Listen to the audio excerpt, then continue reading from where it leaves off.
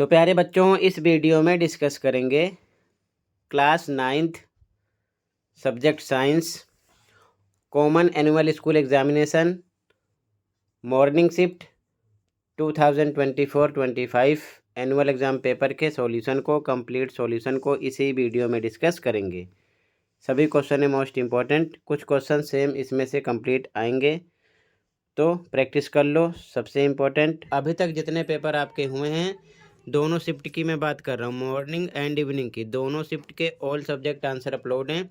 Comment में playlist की link मिलेगी, ओपन करके देख सकते हो, तो देख लेना। सीधा आ जाओ क्वेश्चन पर, ठीक है। तो स्टार्ट करते हैं, ध्यान से देखो।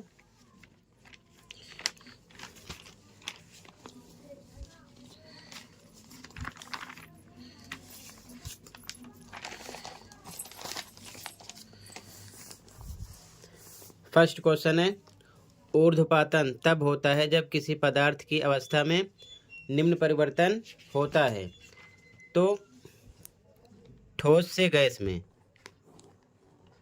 ठीक है।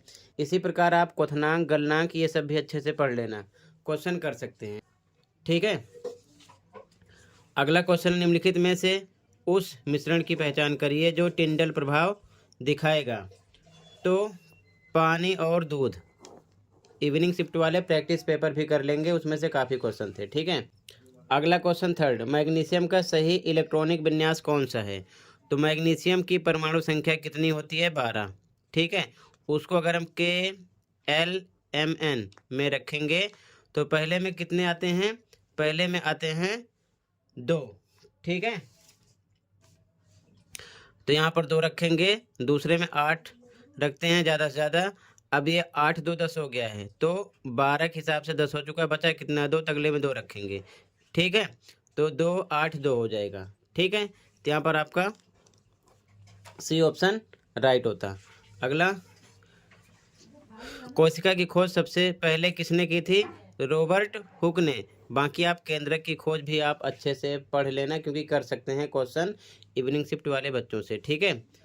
अगला क्वेश्चन 5, जब मानव गाल की कोशिका की स्लाइड तैयार की जाती है और सूक्ष्म दर्शी द्वारा देखी जाती है, तो प्रत्येक कोशिका के केंद्र के पास एक गहरे रंग की गोलाकार या अंडाकार बिंदु जैसी संरचना देखी जाती है। ऊपर वर्णित सही अंगक की पहचान कीजिए। तो ऐसी संरचना किस अंगक में होगी। 4 ऑप्शन है, रिक्तिका, राइबोसोम, लाइसोसोम, केंद्रक। तो केंद्रक, ठीक है ना, डी ऑप्शन हो जाएगा, ठीक है। इंग्लिश मीडियम में भी देख लो, फर्स्ट में आपका सी ऑप्शन था, सॉलिड टू गैस, ठीक है। सेकंड में water and milk, B option था। थर्ड में सी ऑप्शन 282। फोर्थ में बी रॉबर्ट हुक। फिफ्थ में डी न्यूक्लियस, ठीक है। आगे देखो,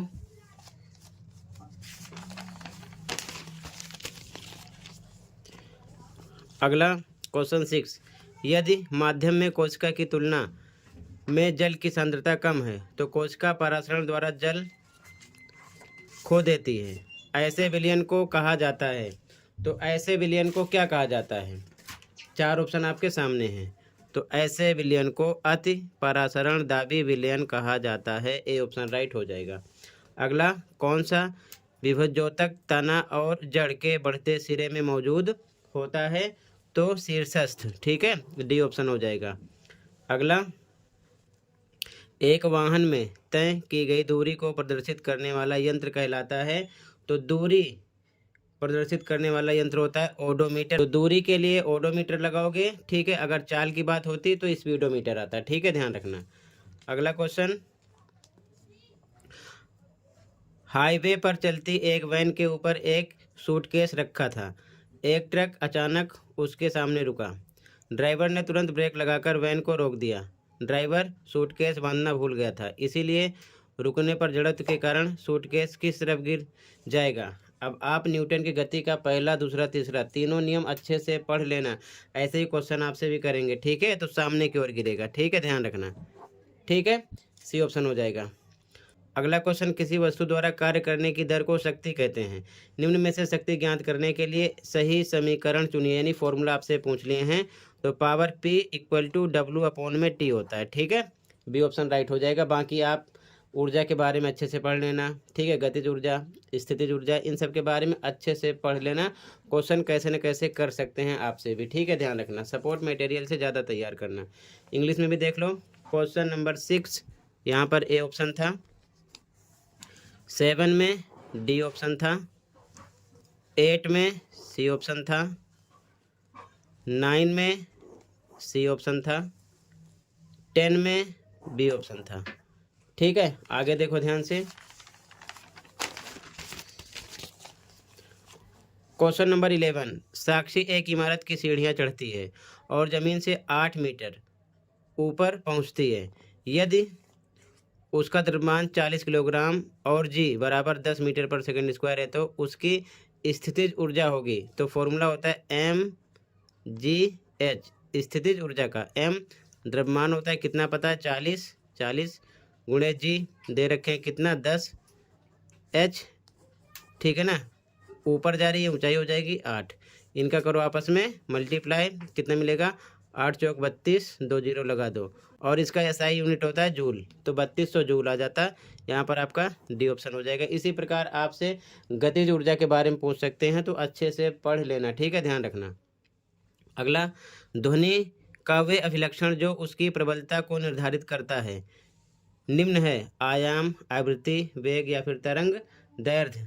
तो यहाँ पर आपका राइट आंसर हो जाएगा आयाम, ठीक है। ए ऑप्शन राइट हो जाएगा। अगला क्वेश्चन, डॉक्टर किसी मरीज के शरीर में हृदय या फेफड़ों द्वारा उत्पन्न ध्वनि को सुनने के लिए एक चिकित्सा यंत्र का उपयोग करते हैं। चिकित्सा यंत्र का नाम चुनिए। तो वो स्टेथोस्कोप हो जाएगा, ठीक है। सी ऑप्शन राइट हो जाएगा।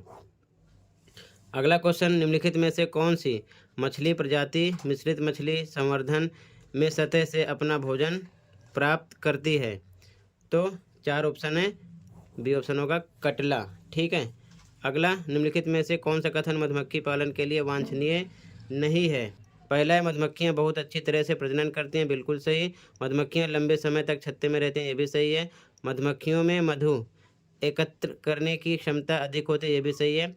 मधुमक्खियां अधिक डंक मारती हैं और विभिन्न चारागाहों में चली जाती हैं। तो यहाँ पर कह रहा है कि नहीं है, तो ऐसा नहीं है, ठीक है। यहाँ पर आपका डी ऑप्शन हो जाएगा, ठीक है।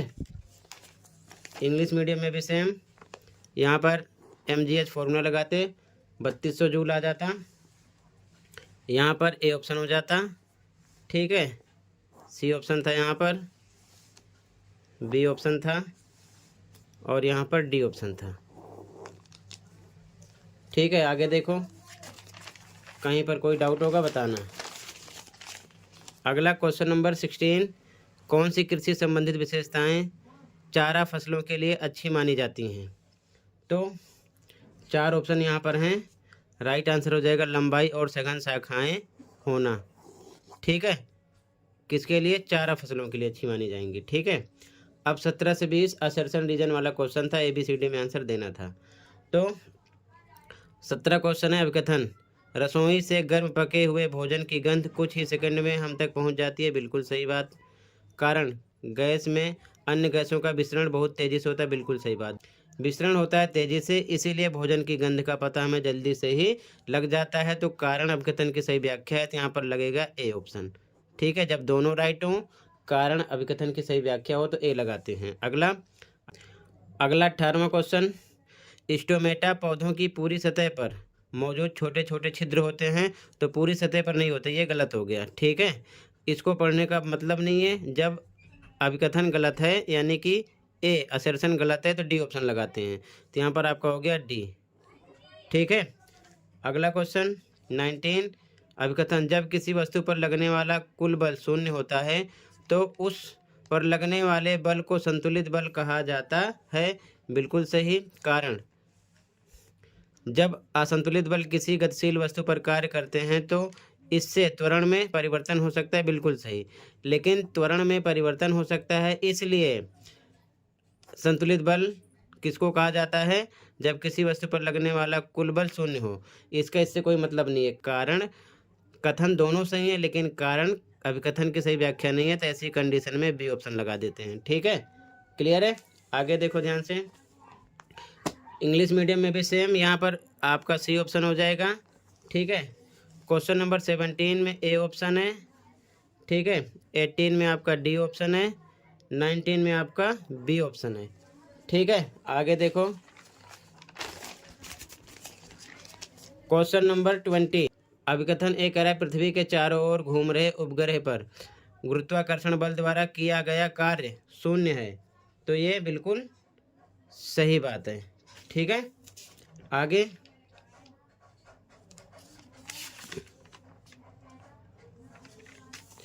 कारण पृथ्वी से अंतरिक्ष में भेजा गया उपग्रह कुछ समय के लिए पृथ्वी के चारों ओर एक कक्ष में घूमता है, फिर कक्षा बदलकर चंद्रमा के चारों ओर घूमने लगता है। ये बिल्कुल गलत बात है। तो जब अभिकथन सही हो कारण गलत हो तो ऐसी कंडीशन में सी ऑप्शन लगाते हैं। ठीक है, ध्यान रखना। तो यहाँ पर आपका सी ऑप्शन हो जाएगा। ठीक है, बाकी आगे का क्वेश्चन देख लो आप। तो आराम से कंप्लीट क्वेश्चन को देख लो। यहाँ पर 20 में सी ऑप्शन है, इंग्लिश में भी। ठीक है, इसके बाद कंप्लीट क्वेश्चन के आंसर की इसी वीडियो में डिस्कस करेंगे। आराम से देखकर कंप्लीट पेपर की प्रैक्टिस कर सकते हो। ठीक है, तो ध्यान से सबसे पहले आराम से क्वेश्चन को देख लो ज़्यादा तैयारी के लिए। इससे भी लास्ट ईयर का एनुअल पेपर विद सॉल्यूशन दोनों शिफ्ट का, हिंदी मीडियम इंग्लिश मीडियम में अलग अलग अपलोड है, देखकर प्रैक्टिस कर सकते हो। ठीक है, तो कर लेना। इस सेशन का एनुअल सैम्पल पेपर अपलोड है, उसकी भी प्रैक्टिस कर लेना। ठीक है, क्योंकि क्वेश्चन कहीं से भी हो सकते हैं, जितनी तैयारी करोगे उतना ही फ़ायदा रहेगा। ठीक है, तो टोटल क्वेश्चन कंप्लीट हुआ। ठीक है, ध्यान से देख लो। इसके बाद हम इस पेपर के आंसर की को डिस्कस करेंगे। आराम से देखकर आप प्रैक्टिस कर लेना। ठीक है, टोटल इसमें बच्चों 39 क्वेश्चन थे। ठीक है, ध्यान से देख लो और क्वेश्चन यहाँ पर कंप्लीट हुआ। ठीक है, अब ध्यान से देख लो कंप्लीट पेपर की आंसर की, फिर आराम से प्रैक्टिस कर लेना। ठीक है, क्वेश्चन कंप्लीट हुआ, सॉल्यूशन देखो। ओके, तो बच्चों ये इस पेपर की आंसर की है। ठीक है, तो ध्यान से देख लो कंप्लीट पेपर का सॉल्यूशन। जैसे कि फर्स्ट में सी था, सेकंड में बी, थर्ड में सी, फोर्थ में बी, फिफ्थ में डी, सिक्स में ए, सेवन में डी, 8 में सी, 9 में सी, 10 में बी, 11 में डी। ठीक है, इसी प्रकार देखते चलो 12 में ए, 13 में सी, 14 में बी, 15 में डी, 16 में सी, 17 में ए, 18 में डी, 19 में बी, 20 में सी। अब यहाँ से सेक्शन बी स्टार्ट हुआ। ठीक है, 21 में ए का आंसर।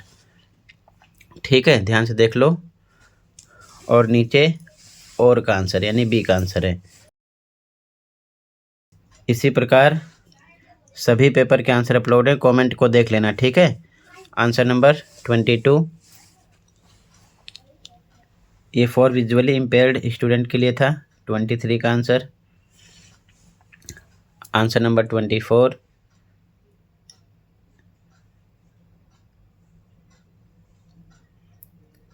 25, 26 का आंसर सेक्शन सी स्टार्ट हुआ। Answer number 27, 28, 29। ठीक है, answer number 30, answer number 31,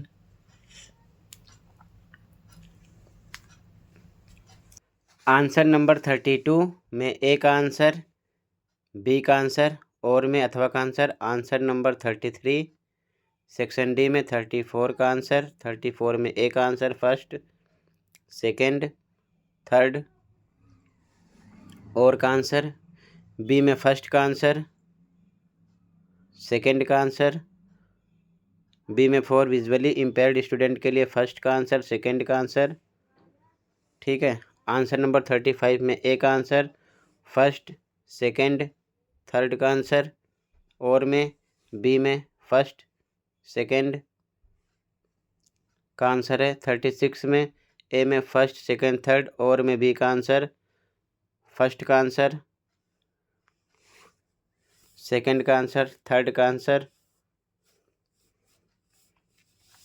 section E answer number 37 A B C का आंसर, और में डी का answer. Answer number 38 A B का आंसर, सी का आंसर, और में डी का आंसर।